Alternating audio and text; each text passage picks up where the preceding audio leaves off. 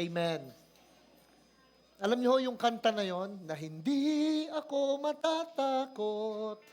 20 years ago, when I wrote that song, nung lalagyan ko siya ng tono, ng melody, yun po nung panahon na yon na kung saan, ang sweldo ko, nagtuturo po ako sa school, na school ng church, Christ for the World Church Christian Academy.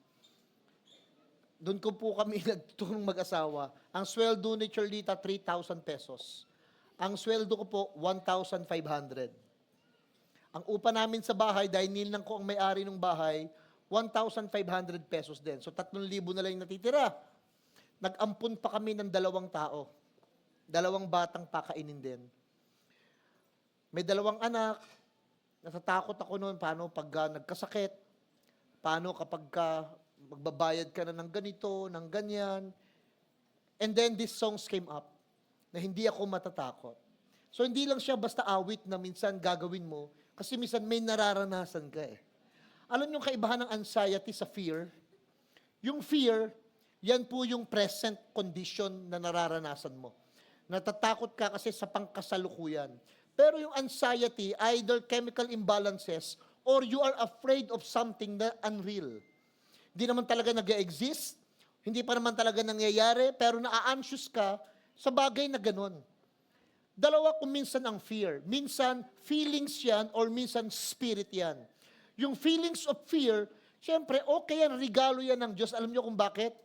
Pagka meron kang takot, ayaw mong mahiwa, ayaw mong mahulog, ayaw mong mabangga, titingin ka muna, ayaw mong mapaso, fear yun. Na pinararamdam sa iyo ng Diyos to protect you for not getting harm. Para hindi ka masaktan. Pero yung wala ka namang dapat ikatakot, kala mo may papatay sa iyo, wala naman. Spirit of fear. Yung fear na feelings, pakiramdam, hinaharap. Yung spirit of fear, nire-rebuke. Yung anxiety, tinitreat po yan in 2 ways. Anxiety, either you have to treat it scientifically, pero minsan you have to treat it spiritually. Yung pong anxiety. So, pag kinakanta natin, hindi ako matatakot, this is not just a song that we are singing in church. Minsan, battle natin yan. Minsan, deklarasyon talaga natin yan para harapin araw-araw yung kasalukuyang nangyayari sa atin. Kaya pagdating sa fear, face it. Harapin natin. Si David, alam niyo sabi niya, though I walk through the valley of the shadow of death, nag-decide siya, I will. Hindi sinabing God's will. I will fear no evil. Pansinin niyo, may mga bagay na it needs to be your will. Pero may mga bagay, it needs to be God's will. Yung mga God's will, beyond your control. Pero yung will mo, tulad ng emotions mo, will mo yan eh. Ikaw ang gagawa ng paraan nun. Halimbawa, sabi ni Jesus, let not your heart be troubled.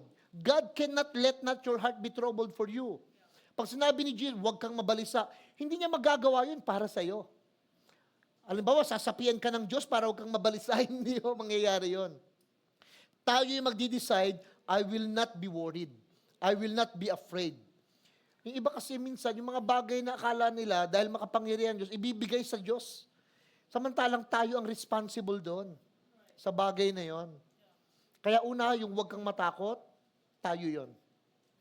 Tayo yun. Pag nakita mong kakapusin ka na, kahit matakot ka, nakita mo yung bigasan mo, paubos na, subukan niyo pong matakot, hindi dadami yon. Subukan niyo. Halimbawa, tinignan mo yung wallet mo, wala nang laman, paubos na, sakto na lang, para sa 1 buwan na ito. Natakot ka pa, hindi naman madadagdagan yun eh. Doon mo ngayon i-exercise yung faith mo. Doon mo ngayon kakantahin yung kinanta natin kanina na hindi ako matatakot. Dahil ikaw ang aking sanggalang. Para bang ang tatakbuhan mo, walang iba kundi ang Diyos. Amen? Pero alam niyo yung pag-uusapan natin ngayon, isang bagay na konti ang nagtuturo. Kasi minsan, pag tinuro mo, magmumukhang parang pangsarili ba? Kaya dito ko nakita, maraming mga pastor ang hindi nagtagumpay, nasasaktan yung mga anak, ayaw maging pastor. Bakit ba naging pastor yung tatay? Kasi alam nyo kung ano nangyari? Naituro kasi, lalo ng religion, naituro sa atin na kapag naghihirap ka, nasasaktan ka, mas malapit ka sa Diyos. Naturuan tayo na ang sakripisyo, minsan kakainin mo na lang, huwag mong ipakain sa anak mo, sa asawa mo, mas mahalaga sa mga member. Minsan, bibilin mo na lang para sa sarili mo dahil birthday mo, iisipin mo pa yung ministry, yung ibang tao. Parang pag tinignan mo, ang ganda, di ba? Pero hindi mo alam, sa pagtulong mo sa iba, napababayaan mo yung sarili mo. Papogi ka ng papogi sa iba, pumapangit ka na. Pabebe ka ng pabebe sa iba, pero kawawa ka na. Kaya ang title ng message natin, tama na yung papogit, pabebe. You know what I want to talk about? Kasi marami pong tao, sa totoo lang, sobrang halaga palagi sa kanila yung iisipin ng iba sa kanila. Yung sasabihin ng iba sa kanila. Without knowing na they've been occupied too much ng thoughts ng iba, hindi na nila naisip yung sarili nila. Lagi na lang, alam nyo kung minsan, sabihin ko sa inyo yung totoo ha, kaya minsan may naghihirap sa pamilya kasi may isang mabait. Ano ibig sabihin nun? May isang mabait na siya lang lagi ang magtatrabaho. Na siya lang lagi ang magbabayad. Siya lang lagi ang bubuhat ng bigat. Siya lang lagi, yung mga kapatid, pinag-aral, nakatapos, pero hindi nakatulong eh. Minsan, ang way ng pagtulong, ihinto na yung tulong kasi baka too much na. Baka minsan kaya hindi na sila makatayo sa paa kasi lagi mong natutulungan. Nakala natin, nakakatulong, pero ang totoo, minsan, tayo na'y naaapektuhan. Ang tawag sa title o topic na pinag-uusapan natin ngayon, people pleaser. Yung bang gusto mo ma-please ng ma-please lahat yung mga tao, ang totoo, hindi naman lahat na-please sa'yo eh. Because ang totoo, you cannot please everybody. Amen. Naniniwala ba kayo na hindi lahat matutuwa sa inyo? Ako tanggap ko po yun. Na hindi lahat gusto ako. And that's okay. Sure din ako, hindi lahat gusto kayo eh. Sure mo ako na you cannot please everybody because everybody is not pleased with you. Kaya alam nyo, gusto kong talakayin yung when being nice become self-abandonment. Yung nakala mo mabait ka lang, pero ang nangyari pala, ina-abandon mo na yung sarili mo. Napapabayaan mo na yung sarili mo. Hindi mo na pala na-take care yung sarili mo, yung dream mo, yung kaya may mga tao, hindi sila nakapagtapos ng pag-aaral, pero nakapagtapos yung iba. Pero alam mo, kung nakapagtapos ka, napagtapos mo din yung iba, baka mas maganda yung kalagayan eh. Kaya alam, you know what happened? They denied themselves. Inintindi yung iba. Pero again, hindi yun masama ah. Alam nyo naman, ng church natin, lagi umiikot sa 3 salita lang, love, kindness, generosity. Kahit di kayo maalam, di kayo magaling, basta loving ka, kind ka, generous ka, okay na sa akin yon. Kesa ang dami mong alam, di ka mabait. Ang haba mong magdasal, pero masungit. Doon na tayo sa mapagmahal lang, mabait lang, generous lang. Mas makakaano tayo doon, pero iba-balance ko din yung pagiging mabait. Si Paul, Saint Paul, who wrote 1/3 ng Bible, gustong-gusto ko siya, alam niyo kung bakit? Napaka-honest niya. Sasabihin niya, kung kay God galing yon o sasabihin niya kung sa opinion niya lang yon. Pag binasa niyo yung 1 Corinthians 7:21 o 7:14, 7:22, binabanggit niya yun. Sasabihin niya, ang mga bagay na ito, ako lang hindi ito sa Diyos. Kasi maraming tao minsan, the word of the Lord said. Laging sinabi ng Diyos, laging ganito. Minsan, di naman ng Diyos ang may sabi, no, sila lang eh. Si Paul, ang ganda sasabihin niya diretso, na opinion ko lang to. At yun ang gusto ko eh. Minsan sasabihin niya yung totoo, napaka-balance. Tingnan niyo Galatians 1:10. Obviously, I am not trying to win the approval of people, but of God. If pleasing people were my goal, I would not be Christ's servant. Ganda. Alam sabi ni Paul? Sabihin ko sa inyo ang totoo. Hindi ko goal na ma-please lahat ng tao. Ang goal ko, ma-please ang Diyos. Kasi kung ang goal ko, ma-please lahat, hindi talaga ako lingkod ni Kristo. Ang mangyayari ganon. So una ho, lagay niyo po sa puso't isip niyo ito. not everything that looks kindness is healthy. Hindi lahat ng bagay na nagmumukha kang mabait, healthy yon. Alam nyo, merong isang vlogger na foreigner, nung tanungin siya, sinabi, bakit sa palagay mo ang Pilipinas mahirap at kurap? Foreigner ito pero bakit ang ganda nung sinabi niya? Ang sabi niya, your nation are poor and corrupt because many Filipinos don't have self-respect. Marami daw Pilipino, hindi nilirespeto yung kanilang sarili. Pinapayagan lang silang nakawan ng harap-harapan. Pinapayagan lang daw natin yung sarili natin ng marami. Kasi totoo naman, pansinin nyo, tayo mga Pilipino, hindi confrontational. Di ba minsan, yun na nga lang pagkain mo, dumating yung kaibigan mo, nang aalok ka pa, kain na. Pero ikaw nga walang makain eh. Di ba minsan may mga aalok sa inyo, na uy, tara, kain tayo. Ano sabihin mo? Hindi, okay lang, busog ako. Pero marinig mo, kumakalam yung sikmura. Minsan nga may dumi na yung kausap mo sa muka, hindi mo masabi sa kanya na may kulangot ka.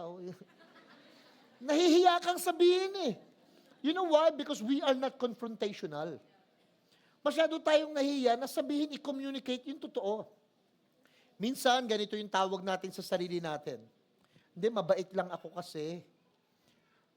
Understanding lang ako. Ayoko lang ng magulo. Ayoko lang ng conflict. Ayoko lang ma-disappoint sila o ayoko lang makasakit. Kaya ang nangyayari, tinatanggap na lang natin yung bawat bagay sa buhay natin kahit alam mo na hindi na nababago. Kaya ngayon naiintindihan ko, you cannot complain on what you tolerate. Hindi ka pwedeng mag-complain sa tinotolerate mo. Hindi ka pwedeng mag-complain. Why? Pinapayagan mo kasi. Minsan akala mo mabait ka, pero ang totoo, nakailalim yon sa fear. Fear of rejections. Akala mo mabait ka, pero ang totoo, natatakot ka lang ma-reject. Hindi ka talaga mabait, natatakot ka lang na may disappoint yung people. Fear of rejection, fear of disappointing people, fear of being misunderstood, o yung iba, fear that people will stop loving us.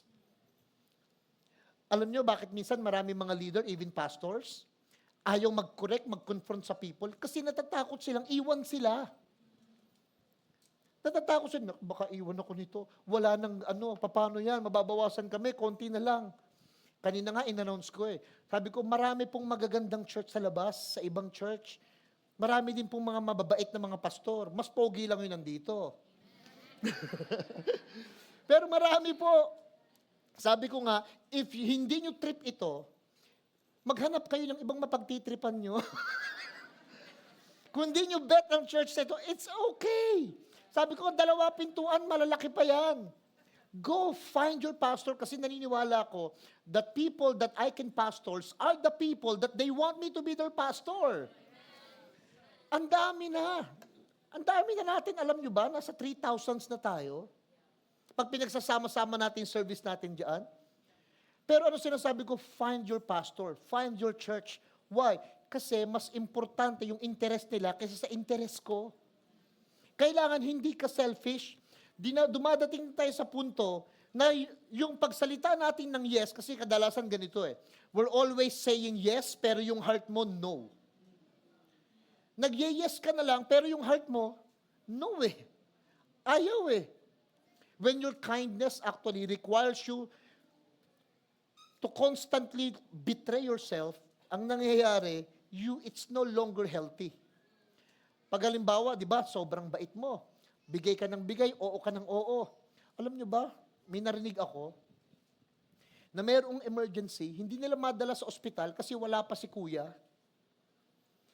May emergency, hindi madala sa ospital kasi wala pa si ate. Bakit iniintay si ate at kuya? Si kuya magbabayad Si kuya magdi-decide Si ate imagine that. Hindi na empower yung mga people to decide. Kaya alam nyo, maraming mga tao kung minsan, hindi nag-elevate, nagpa-prosper sa buhay for that reason. Si Jesus, siya lagi yung pattern ko Si Jesus sobrang loving, napakamapagmahal niyan. Pero Jesus did not please everyone. Ang totoo, He said no. Si Jesus na yun, napakabait. Si Jesus, He walked away. Si Jesus disappointed people. Si Jesus nag-set siya ng boundary. Si Jesus confronted people. At pag si Jesus nag-yes, alam niyo, turo niyo sa atin, sa ating yes and no. Tingnan niyo, Matthew 5:37. Let your yes be yes. Let your no be no. Minsan, pag hindi mo kaya mag-yes, mag-no ka na lang. Pero pagka talagang yes yan, yes talaga yon. Kaya lang minsan, you don't have to always explain your yes bago mo sabihin yung dahilan mo. Minsan alam nyo, mag-no na lang kayo, tapos wala nang explanations. Minsan alam nyo, yung iba, ang daming sinasabi. Naalala ko, palagi minsan may pupunta sa amin sa kalsada, makakasalubong ako, mapapahinto ako. Kakausapin ako, Pastor Herbie, ayun na, mag-iiyak na siya. Magkukukwento, magte-testimony pa, sabayan dulo ang ending, Pastor, may 50 ka? Manghihingi ka lang pala. Dami mong sinabi. Kaya minsan alam nyo, pag alam mong dun palang papunta, direktahin mo na. Minsan iniisip natin kasi, mabuti yung kaya lang napapansin ko, natuturuan kasi tayo ng religion, ng culture, may maganda, merong hindi maganda eh. Kaya kailangan may magpapalaya, kailangan may magsasabi direct to the point, na people pleasing can become self-abandonment. Na minsan, kakaplis mo sa mga tao, napapabayaan na iiwan mo na yung sarili mo. Kakaplis mo sa mga tao. Gusto mo kasi lahat ng tao, wag mag-isip sa'yo, wag magalit sa'yo. Hindi nga pwede yun eh. Minsan, alam nyo, you keep understanding everyone, pero nobody understands you. Ikaw, iniintindi mo yung iba, pero ikaw, hindi naman iniintindi nila eh. Kung minsan, you keep forgiving everyone, pero you never allow yourself to be healed. Ikaw, patawad ka ng patawad, pero ikaw punong-puno na ng sakit. Hindi mo kasi napapatawad yung sarili mo. Pinoproteksyonan mo yung damdamin ng iba na huwag masaktan sila, pero ikaw pala halos namamatay-matay na. Sobra ka nang nasasaktan. Kasi iniisip natin, hindi kasi kawawa naman sila, kawawa. Alam niyo sabi ni Paul, tingnan niyo ito, Galatians 6:5. For we are each responsible for our own conduct. Ano ibig sabihin? Responsable daw tayo sa kanya-kanya nating ugali.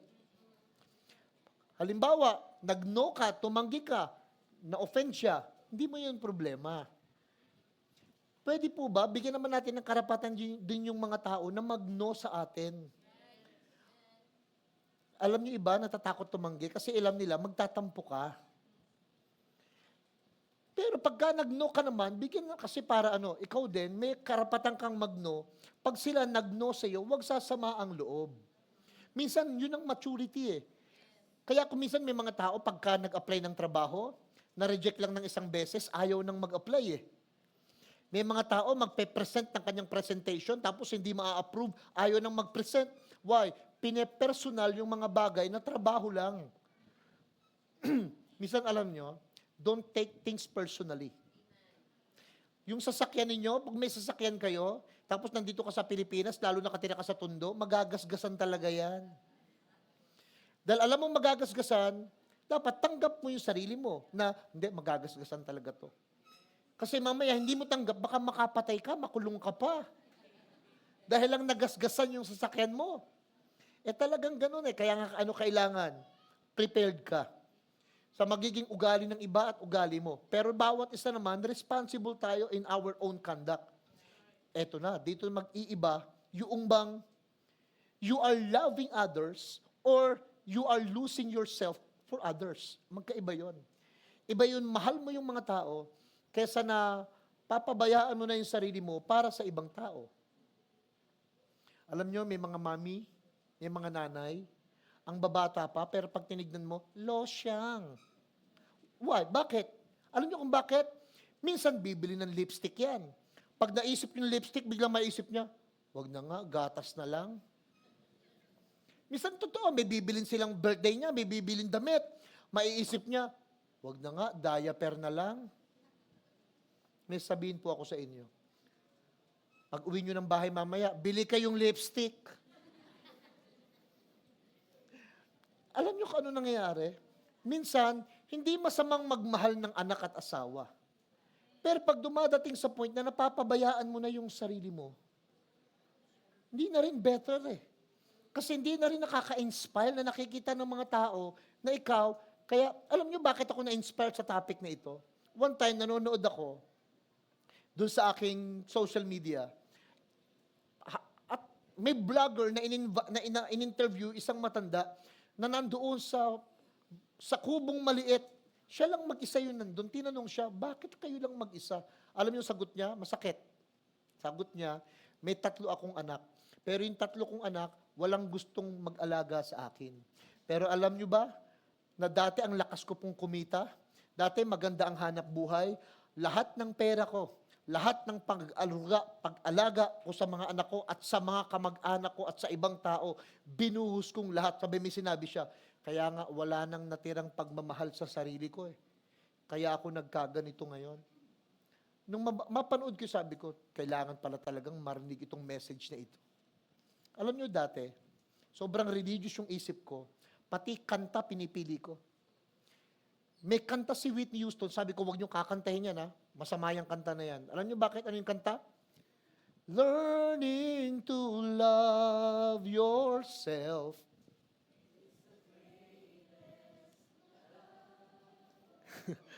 Learning to love yourself daw is the greatest love of all. Dati akala ko mali yun. Na mahalin mo yung sarili mo, yan ang pinakadakilang pag-ibig. Yung pala, biblical yun. Sabi ni Jesus, love your neighbor as you love yourself. Dati ganito, ang lagi ko sinasabi, I will take care of you. Ngayon hindi na. Ang gagawin ko na, I'll take care of myself para I can take care of you. Kasi paano kayo mag-aalaga ng iba kung yung sarili mo hindi mo maalagaan? Tama ba? Paano yung ibe-bless yung iba, ikaw nga hindi bless? Kumbaga gusto mong magmahal ng magmahal, pero yung love tank mo, paubos na. Kaya kailangan may magmahal din sa iyo, mag-receive ka din. Kailangan tanggapin mo din yung mga papuri, nire-recognize ka, kinokomend ka, receive it para lumakas ka naman. Yung iba, alam nyo bakit drain? Because they're always giving. Tandaan ninyo, yung selflessness, hindi equivalent yan sa self-abandonment. I-take care nyo rin yung sarili niyo. Yung mga lalaki, dapat meron din kayong me time. Time nyo para sa sarili nyo. Ako nung one time, nagiging honest lang ako sa inyo. Nung July, may isang Sunday, wala ako sa church. Pag wala ako sa church, 2 yung dahilan. Yung una, nagpipreach ako, kasi almost every month I have an invitation from other countries and every churches. So, madalas wala ako, at pag wala ako, 2 dahilan. Yung isa, dahil mag-i-speak ako sa iba. Pero may isang Sunday, wala ako. Bakit? Alam niyo ba't wala ako? Ang lakas ng ulan noon. Naka-big bike ako, so dala-dala ko yung motor. Nandun ako sa NLEX, gustong-gusto ko yung nababasa ako ng ulan. Tinaas ko nga yung 2 kamay ko eh. At ang sabi ko, Lord, thank you po, hindi ako nagpipreach ngayon. Sunday yon. Why? Me time ko yon. Para sa sarili ko yon. Kayo rin, gawa din kayong me time. Gawa kayo ng sarili nyong kape na special. Magluto kayo ng sariling special na food na para sa inyo. Oh, walang gagalaw, akin lang to. Parang di kayo na-stress, nadi-depress. Find some time for yourself. Amen. Hindi yun masama. Humarap kayo sa salamin, bumili kayo ng bagong blouse. Hindi yung kuko ng anak mo, inaasikaso mo. Yung buhok niya, sinusuklay mo, mini-makeupan mo, tinutubrusan mo, pero pag humarap ka sa salamin, sadako dating mo. Gulo-gulo buhok mo. Alam nyo, kailangan mag-ayos din kayo. You have to take care of yourself. Amen? Kailangan alagaan din natin sarili natin. Why? The Lord loves that. Sabi niya, my prayer is to see you prospering. As your soul prosper, your body also. Imagine your spirit, soul, and body, dapat nagpa-prosper. Kaya lang, pag hindi mo tinitake care ng sarili mo, laging iba na sa isip mo, nako, hindi mai-inspire ng ibang tao. Naisip mo ba yun? Nag-share ka na mayaman ng Panginoon. Pero ikaw, isa lang tsinelas mo, hindi po makita yung isa. Pero mayaman ng Panginoon. Alam mo yon? Hindi ka panipaniwala. Naisip nyo ba, may hawak kang shampoo, ikaw nagpo-promote, tapos kalbo ka? Mapapabili ba sila nun? Shampoo. You know? Para hindi magkabalakubak. Para gumanda ang buhok. Tapos kalbo yung nagsasalita. Hindi ka panipaniwala eh. Why? Ganon din yon. We want to bless others. Dapat ikaw mismo bless muna. Amen. Tingnan nyo, sabi ni Lord, 12:31 ng Mark. Love your neighbor as yourself. You know what that means? Because you cannot properly love your neighbor if you have completely forgotten how you take care of yourself.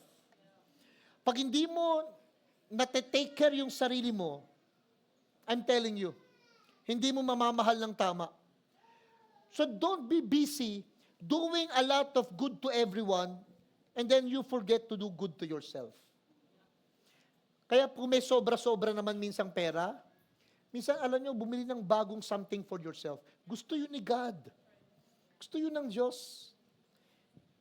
Kung walang lipstick, kahit uling. But whatever that you will show yourself na, I'm okay. I have to take care of my body. So again, number 3, you are allowed to say no. Pwede po kayong tumanggi. Sabay-sabay nga tayo, no. Alam nyo, sa notes ko, nilagyan ko ng close parenthesis. Ang nilagay ko, ako din, yari dito. Hirap din akong mag-say no. Ako din eh. Nahihirapan din akong tumanggi eh. Pag may lalapit, may mag-i-invite, nako, nahihirapan akong tumanggi. Kaya ang naghahawak ng schedule ko si Ruth eh. Well, pag nakita ko, minsan marami akong namimiss na mga schedules. Na, ay naku, magkakasal nga pala ako doon. Ay naku, meron nga pala akong ganito. Ay naku, meron nga pala akong speaking. Parang sa September 20, speaker ako sa isang church sa Tansa, anniversary, 3 service. Nag-oo ako doon sa isa. Tinawag ko, Pastor, sorry po, it's my fault. Sorry na agad, Pastor. Pwede ba sa 27 na lang yung isa, tapos ganito, ayun, buti na lang, naaayos. Kasi minsan, nakakahiyang tumanggi. Pero mali eh. Mali eh. Nasisira natin eh. Eh, ang sign pa naman ng maturity, yung kaya mong mag-no. And no is not a bad word. Yung pwede mong sabihin sa mga tao, no, I can't.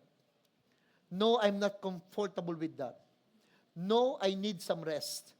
No, that's not healthy for me. No, I don't agree. No, I cannot do that. Alam nyo, pag naging prinsipyo ito, lalo ng mga kabataan, nadadating sa time na hindi naman ikaw yung pinagpipilian. Ikaw naman yung pumipili ng mga taong makakatulong sa'yo. Yung bang pwede mo namang sabihin sa sarili mo, gusto kong mag-enjoy nang hindi nadidestroy. Pwede tayong makisama nang hindi nakikisama.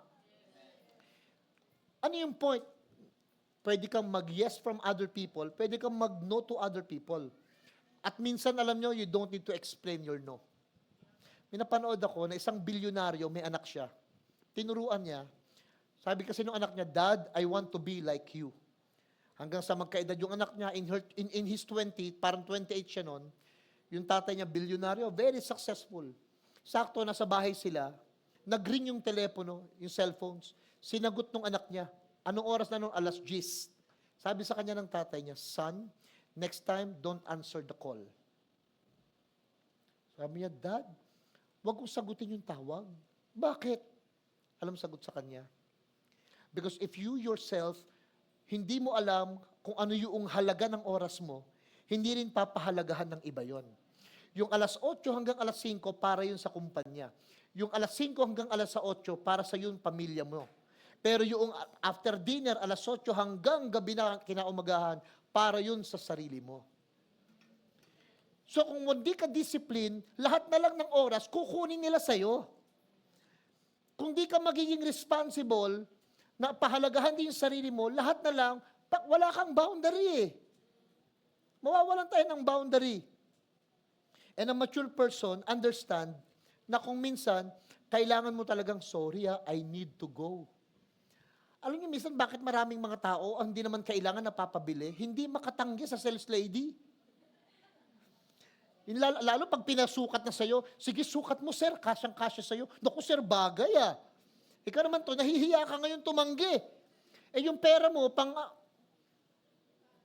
Kaya na, nakakayan tumanggi. Sige na, bayaran mo na. O, tuloy, nagalaw mo yung budget. Kasi nahihiya ka lang tumanggi. Alam niyo iba, ba't na-scam? Napasama, alam niya nang parang may duda siya, pero hindi na siya makatanggi. Kaya napapapirma tuloy yung iba. Alam niyo, you can disappoint people without being a disappointing. Or without being a disappointment. Pwedeng, dahil sa pagtanggi mo, masasaktan sila, magtatampo sila. Ganun talaga. Hindi mo yun cargo eh. Hindi mo makukontrol yung iisipin, damdamin ng iba eh. Ang pwede mo lang kontrolin at isipin, sarili mo eh. Tama? Meron talagang masasaktan. Meron talagang magtatampo. Kaya nga ako alam ko eh, many people like me, pero some people don't like me. Alam nyo ba, may mga tao na hindi rin kayo gusto, pero ibang tao gusto din kayo. So ano, tabla lang tayo. May mga may gusto sa akin, meron din sa inyo. Meron mga ayaw sa akin, sure ako may mga ayaw din sa inyo. Okay lang yun, that is life. Pero ang ayoko, alam nyo kung ano, yung naghahabol kayo. May nakita ba kayo? Dalawang paru-paro. May isang paru-paro, may isang bulaklak. Yung bulaklak, nakatanim yun eh. May nakita ba kayo? Yung bulaklak ang habol ng habol sa paru-paro? Ang sagwa! Yung bulaklak, diyan ka lang. Bayaan mo yung paru-paro maghabol sa'yo. Amen! Minsan alam niyo yung mga tao, pag nagbabago ka na, pag tumatanggi ka na, dahil nakikita mo na kung ano yung mas priority, mas mahalaga, magagalit sa'yo. Para nag-usap yung caterpillar at saka yung butterfly. Sabi nung caterpillar, kailan lang tayo nagkita, nagbago ka na. Natural, paru-paro na ako eh. Ba't ikaw hindi nagbago? Yung mga tao, minsan ayaw kayong makitang magbago. Wala ka nang pakisama. Samantalang dati, konting kibot, kahit 3:00 ng madaling araw, sumasama ka sa akin, ngayon hindi na. Natural, nagbago na. May priority na. May sets of appointment na. Meron na siyang mas mahalaga kung ano. Mas mahalaga ngayon yung pera muna ngayon, para sa pamilya. Kaya ako alam nyo kung ano, I respect people. Pag hindi sila makakapunta, I respect that. And please, respect people. I-respect natin sila kasi hindi nila laging mabibigay ang oras nila sa inyo. Why? Because everybody need to have a boundary. So ano yung number 4? You are allowed to have boundaries. Tingin kayo kay PH. Yung boundary hindi pader ha. Boundary yon hindi para harangan mo sila. Boundary yon sa sarili mo. Para alam mo, hanggang dito lang ang pera ko. Hanggang dito lang ang oras ko. Pansin niyo, maraming mag-asawang nag-aaway. Sasabihin, anong oras ka uuwi? Maaga, pala maaga talaga. Kaya nag-aaway eh. Kaya alam niyo dapat, you should know your boundary.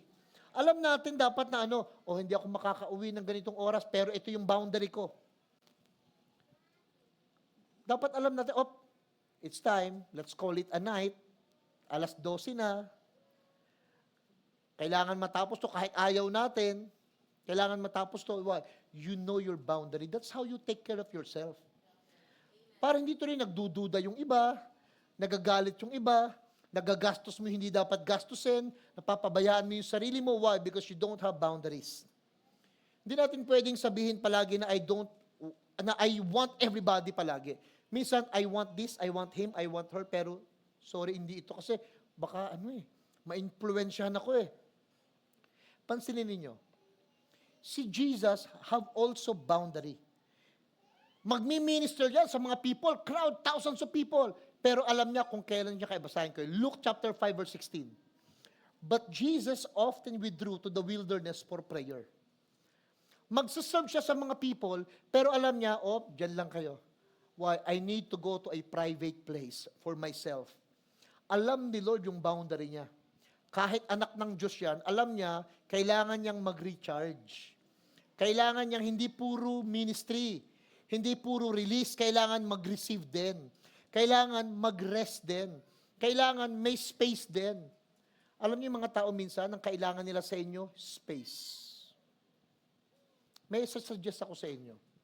Pag nag-follow up kayo, isang beses lang hanggang 2.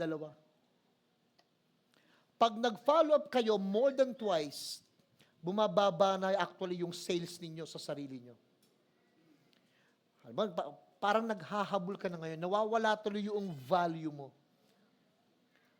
Ganon din sa chat, pag chinat nyo, hindi kayo nireplyan, isa pa. Pag di pa nag-reply, huwag mo nang kulitin, ba't di ka nagre-reply? Ba't di ka nagre-reply? Ang kulit mo, hindi nga nire-replyan eh. Ikaw naman, chat ka ng chat. Pag nakadalawa, tama na. Ano ibig sabihin nun? Maging sensitive ka, ayaw kang replyan. Yun lang yun. Tapos huwag kayong magdamdam. Alam niyo kung bisan bakit tayo nagwawalwal, nawiwindang, nagiging emotional? Kasi we are demanding. Kailangan replyan ka. Kailangan sagutin ka. Kailangan bigyan mo ng space yung tao. Bigyan mo yung time yung tao to think. Why? Para ikaw din, nabibigyan ka rin ng time to think. Yung iba, alam nyo kano dyan nagiging immature. Si Jesus served people. Si Jesus healed people. Si Jesus loved people. But Jesus also withdrew himself. Minsan naglalagay din siya ng boundary sa sarili niya. Why? Because you cannot continuously pour out when you never allow yourself to be replenished. Hindi pwedeng buhos ka ng buhos, bigay ka ng bigay, pero ikaw ubos na. Ikaw pagod na. Ikaw wala na. Magtira din kayo para sa sarili ninyo. Kaya sabi nung matanda na nag-inspire sa akin dun sa vlog, sabi niya, siguro masyado kong minahal sila. Hindi na ako nagtira para sa sarili ko. Ganon din sa mga pera nyo. Huwag lahat ipamigay. Sabagay, yung iba, hindi naman problema yung ipamigay. Wala kang pamimigay eh. Pero minsan kasi, pag nagkapera ng konti, lahat lagi na lang dito, nakalimutan para sa sarili. Kaya tuloy, bigong-bigo ang buhay. Kaya tuloy, down na down ang buhay. Kaya tuloy, akala mo sa sarili niya, sobrang hirap ng tingin niya. Hindi niya makita yung sarili niyang blessed, prosperous, healthy, happy, content. Why? Palagi kasing naisip yung iba, hindi yung sarili. Konti lang magtuturo kasi magmumukhang selfish kayo eh. Kaya kailangan ko ituro sa inyo eh. Na hindi magagalit ang Diyos pag minahal mo naman yung sarili mo. Hindi magagalit ang Diyos kapag inasikaso mo naman yung sarili mo. That's how God loves you. Amen? Pang-5, hanggang 200 po ito, 195 na lang. Number 5, stop measuring your worth by people's approval. Pwede ba yung value ninyo, huwag niyong ilagay sa approval ng ibang tao? Alam niyo ako, dito ako lumaya. Lumaya ako na I don't need to please all the pastors. Naiintindihan ko na, sorry po, hindi palagi kaming magkakaintindihan, magkakaparehas. Nasa isip ko, pero okay lang yon. Irirespeto ko po kayo, igagalang ko po kayo. Ayun ang ending. I am pastoring, leading 300 pastors. Sa August 24, nandito po yung mga pastor ng buong Maynila, District 1 to 6. Monthly yun ha. Why? Natanggap ko kasi. Natanggap ko na okay lang magkakaiba kami. Nakita ko yung value ko, hindi ko kailangan makipag-compromise, kailangan pares tayo para join tayo. Hindi mo kailangan makikiin ka para maging in. Minsan kailangan mo maglagay ng boundary, yan sila, ito ako, okay lang yun. Kesa ginagaya mo yung iba para lang maparamdaman mong parehas kayo. Alam niyo, kailan nagiging mahal ang isang bagay? Pagka unique. Kailan nagiging mura ang isang bagay? Pag maraming kaparehas. So kung gusto mo maging mahal, stay unique. Stay original. Pero kung gusto mo maging cheap, edi mangopya. Kopyahin yung iba. Pero pag nakita mo gaano kakahalaga sa sarili mo, kung paano ka tignan ng Diyos, kasi sa totoo lang, ang people pleaser, they always ask this, magugustuhan kaya nila ako? Approve kaya, mabebless kaya sila sa akin? Laging iniisip nila yung iisipin ng iba. Alam mo, gawin mo lang yung alam mong tama. Gawin mo lang yung alam mong makakabless sa iba.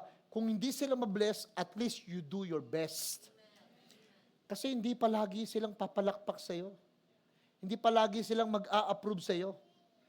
Balikan natin yung verse. Galatians 1:10, if pleasing people were my goal, I would not be Christ's servant. Kung ang goal ko lang, palaging pasayahin yung mga tao, ang totoo, hindi ka magiging totoong lingkod ng Diyos.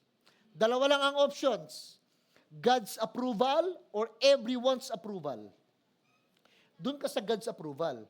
Kasi pag everyone's approval, naku, ang hirap makuha nun. Talagang lagi mong kukunin na approve ka sa kanilang lahat. At kapag yung identity mo depends on people's approval, yung rejections nila always control your emotions. Sa totoo lang, pagka laging yung approval ng mga tao, ang magiging basihan mo, laging naka-attach yung nararamdaman mo sa kanila. Masaya ka pag masaya sila. Okay ka pag okay ka sa kanila. So lagi mo ngayong binabantayan yon. Kaya once na kinurek ka isang beses, nagtatampo agad. Once na niremind ka isang beses, sinabi lang sa'yo, tama naman yung sinasabi, magtatampo kasi masyadong naka-attach ka na dun sa emotions mo sa kanya. Pero pag yung identity mo, yung value mo, connected, rooted kay Jesus Christ, kahit mawala siya, wag lang si Jesus sa buhay mo. Amen? Minsan kahit iwan ka, wag lang ang Diyos sa buhay mo. Kumbaga meron kang identity mo in Christ, kumbaga okay lang. Minsan alam nyo, natatakot tayo mag-resign. You know why? Because we've been thinking, what will happen now? Ano mangyayari sa future? Pero kapag ka nagkaroon kayo ng mindset na yung identity mo, yung value mo kay Christ nakakapit, parang yung puno, hindi sa paso pwede yan eh. Kailangan sa lupa talaga yan eh. Tayo po na puno, dapat kay Kristo talaga nakakapit yan. Para whatever happens, hindi ka masyadong magwawala pag nawalan ka ng work. Hindi ka magwawala pag iniwan ka ng tao. Hindi ka magwawala kapag ka na-delayed yung sweldo. Hindi ka nagwawala pag hindi ka wang napili. Hindi tayo agad-agad na o-offend, nagtatampo, nagkukwestiyon, natatakot, nararatel. Why? Kasi alam mo, yung value mo, it's not depending on man's approval. Na kay God. Let me close in this. You don't have to be liked by everyone. Hindi po talaga kailangan na nagugustuhan kayo ng lahat kasi hindi yun mangyayari. This is a difficult lesson to learn. Sa buhay na ito, minsan di nyo lang napapansin, masyado na tayong affected ng mga tao sa buhay natin. Alam nyo ba that even Jesus was misunderstood? Even Jesus was criticized. Si Jesus was rejected. Ito matindi. Yung mga tao, iniwan si Jesus. Paano ba naman? Di nagpipreach si Jesus, ang daming tao, multitudes. Sabi ni Lord, sino mang kakain ng aking laman, hindi na muling magugutom. Tapos sabi ni Lord, ang sino mang iinom ng aking dugo, hindi na muling mauuhaw. Grabe. Ano yung parang cannibal yun ah.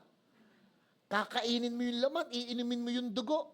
Pero ang sinasabi ni Lord, kung di nyo matatanggap yung buong pagkatao ko, laman at dugo, lagi kayong magugutom at mauuhaw. Kaya lang yung mga tao, na-offend.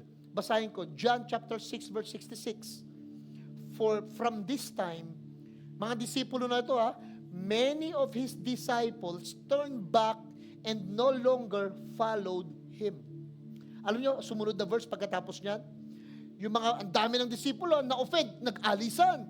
Sabi ni Jesus sa mga natira, sabi ni Lord, o kayo, aalis din ba kayo?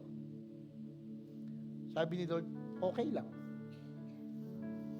Kaya huwag kayong magpapakamatay pag iniiwan kayo ng tao.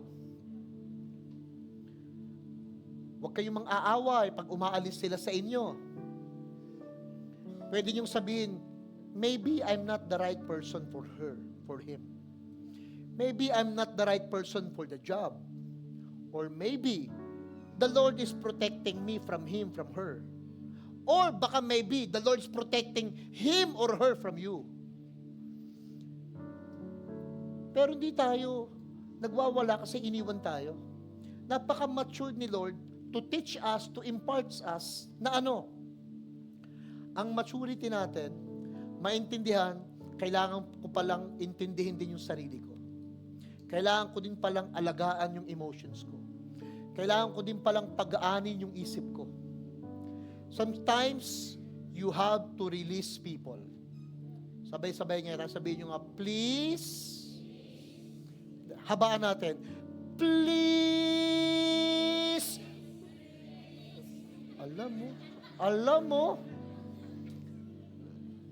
Alam, please release me, let me go.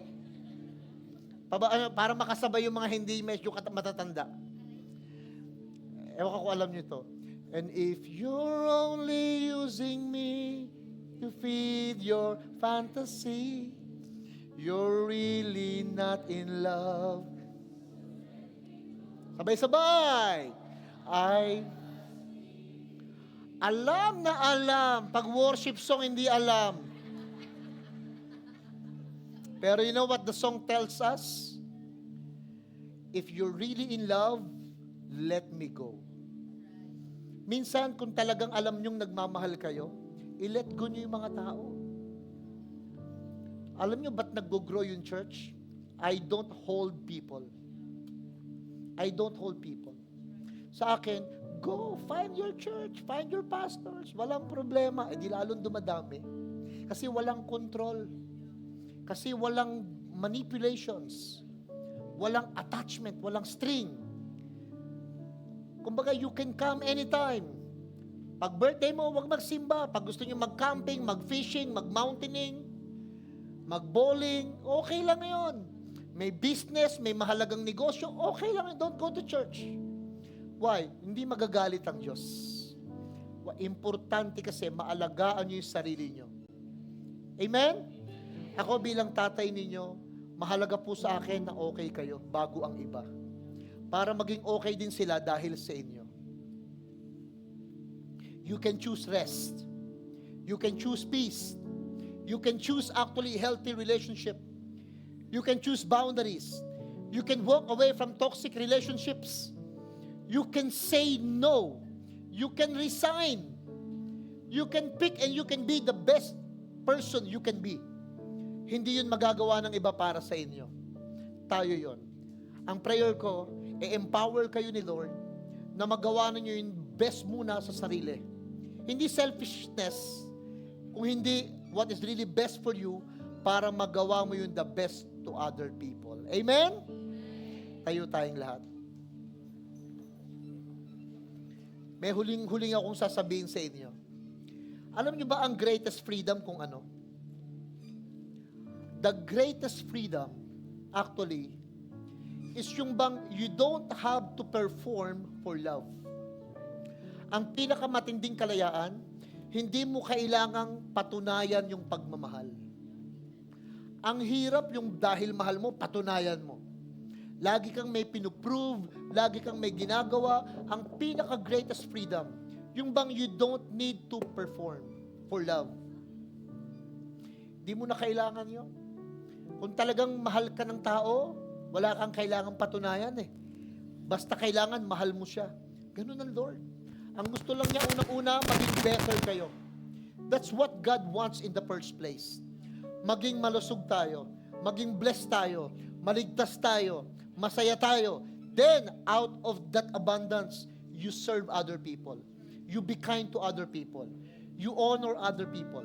Pero pag wala kang respeto sa sarili mo, I'm telling you, you cannot respect other people. Pag wala kang pagmamahal sa sarili mo, I doubt na kaya mong magmahal sa ibang tao. Kaya nga, ang masarap mahalin, sa totoo lang, hindi yung maganda at gwapo, kundi yung una, mahal nila yung sarili nila. Ang counsel ko sa mga mag-asawa, after you get married, stay single. Pagkatapos nyong maging mag-asawa, dapat single ka, single siya. Ibig sabihin, aalagaan ko pa rin yung sarili ko, aalagaan mo pa rin yung sarili mo, para together we can do better. Amen? Kayo din ganon. Palakasin nyo yung sarili nyo. Pasayahin nyo yung sarili nyo. I-bless nyo yung sarili nyo. Why? Pag nakikita mong na-i-empower ka, na-bless ka. You know what is the best gift you can give, investment to yourself? Is to work hard on yourself. Work hard on yourself. At makita nyo, ang dami nyong matutulungan. Ang dami nyong mabe-bless. Dati akala ko, basta ma-bless ko sila ngayon, kailangan bless ako para I can bless more people. Kailangan marami akong pera para marami akong mabigyan ng pera. Kailangan healthy ako para umabot ako sa paglilingkod na taon ng gusto ko. Pero pag di ako healthy, naghihirap ako, sakitin ako, bugnutin ako, tampuhin ako, what do you think will happen to people? What do you think? Kala nung iba, dapat proteksyonan yung itlog. Pero alam nyo ba, dapat alagaan yung manok? Kasi yung manok ang mangingitlog. Kayo din, dapat alagaan muna kayo para lalong naaalagaan nyo yung iba. Kaya nandito tayo sa church para magpaalaga sa Panginoon. Amen. Pwede ba kantahin natin to ng buong puso? Huwag tayong matakot.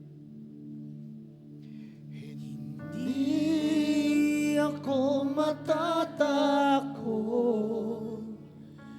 Pagkat ika'y kaagapay.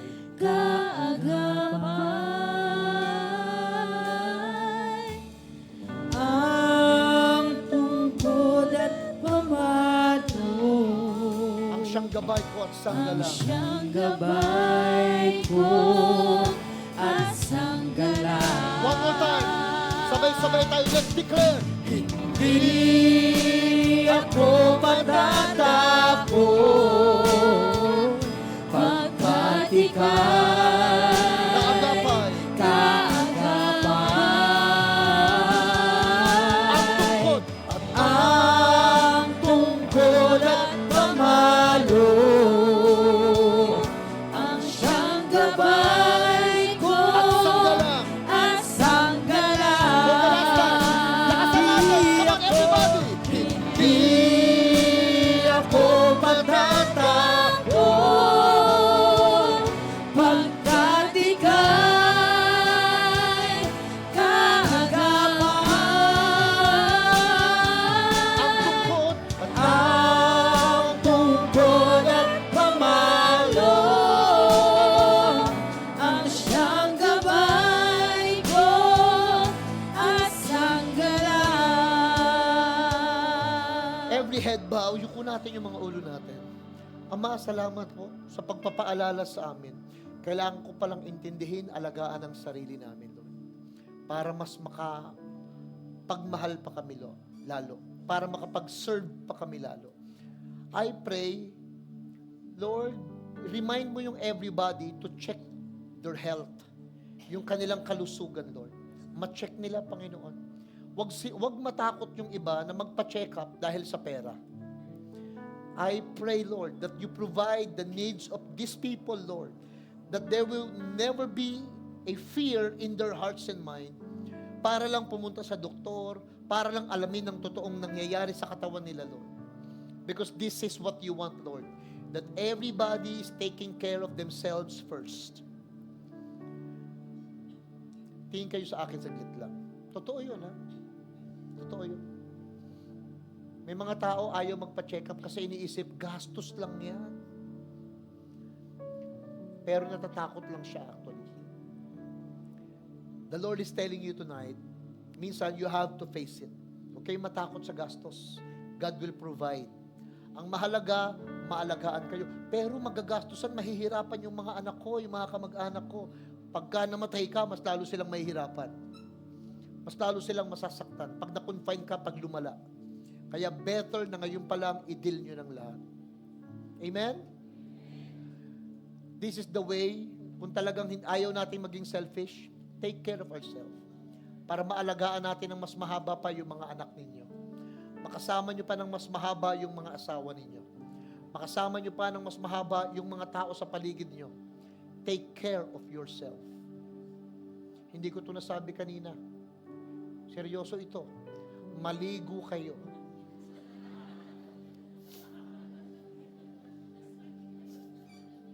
Alam nyo dati, nung nandun kami sa dating church, sa warehouse, yung mga tao, kasi lagi ko tinuturo, come as you are. Punta kayo kahit ano suot nyo, kahit anong itsura nyo, okay lang yon. Mahal kayo ng Panginoon. Hanggang sa nung una, nagdatingan sila, mga mukhang hator. Pero kakaating, ngayon mga mukhang Encantadia na. Yung mga mukhang hator pa hanggang ngayon. But again, know my heart. You can come to this church as you are. Nakachinelas, nakashort, walang magandang damit, okay lang yon. Pero maligo. si Lord, naiintindihan kayo, ewan ko yung katabi mo. Kaya lang, hindi tayo judgmental eh. Amen? Kahit hindi mo alam mo, minsan, alam kong hindi nyo gusto yung katabi nyo. Lala kayong magawa, pag upo mo, nandyan na siya. Pero alam nyo kung ano maganda? Dahil mapagmahal kayo sa Diyos at sa kapwa, okay lang yung amoy eh. Pero ang totoo, unti-unti na yan. Unti-unti. Kasi nakita po namin ito. With thousands people that we have, dati talagang pag umatin dito, kala mo na, pagising mo, nasa Smoky Mountain ba ako? Pero unti-unti ngayon, ang dami nang nagbabago, nagmamahal sa sarili, kasi yun ang gusto ng Diyos. Amen? Sasabihin ko sana, sabihin mo sa katabi mo, maligo ka, wag na lang. Ako na lang magsasabi sa inyo, maligong bagong taon sa inyong lahat. Alam nyo, sa lahat ng kasalanan natin, si Lord ang nagpapatawad. Amen?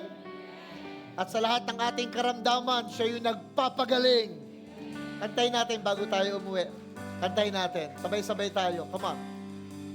Ang lahat kong kasalanan, Siya ang nagpapatawad. siyang nagpapatawad. At anumang aking sakit, ginagamot niyang lahat. Sa bingit ng kamatayan, ako ay iniligtas. At pinagpapala sa pag-ibig niya. Ang lahat. Ang lahat kong kasalanan, siya ang nagpapatawad. At anumang aking sakit, ginagamot niya lahat. Sa bingit ng kamatayan, ako ay iniligtas. At pinagpapala sa pag-ibig niya't habag. At pinagpapala sa pag-ibig niya't habag. At pinagpapala. At pinagpapala sa pag-ibig niya't habag. Ama, salamat po sa pagpapatawad. Salamat po sa pagpapagaling. Salamat po sa pagpapala sa aming lahat. Sa pangalan ng Ama, ng Anak at ng Espiritu Santo, ang lahat ay magsabi ng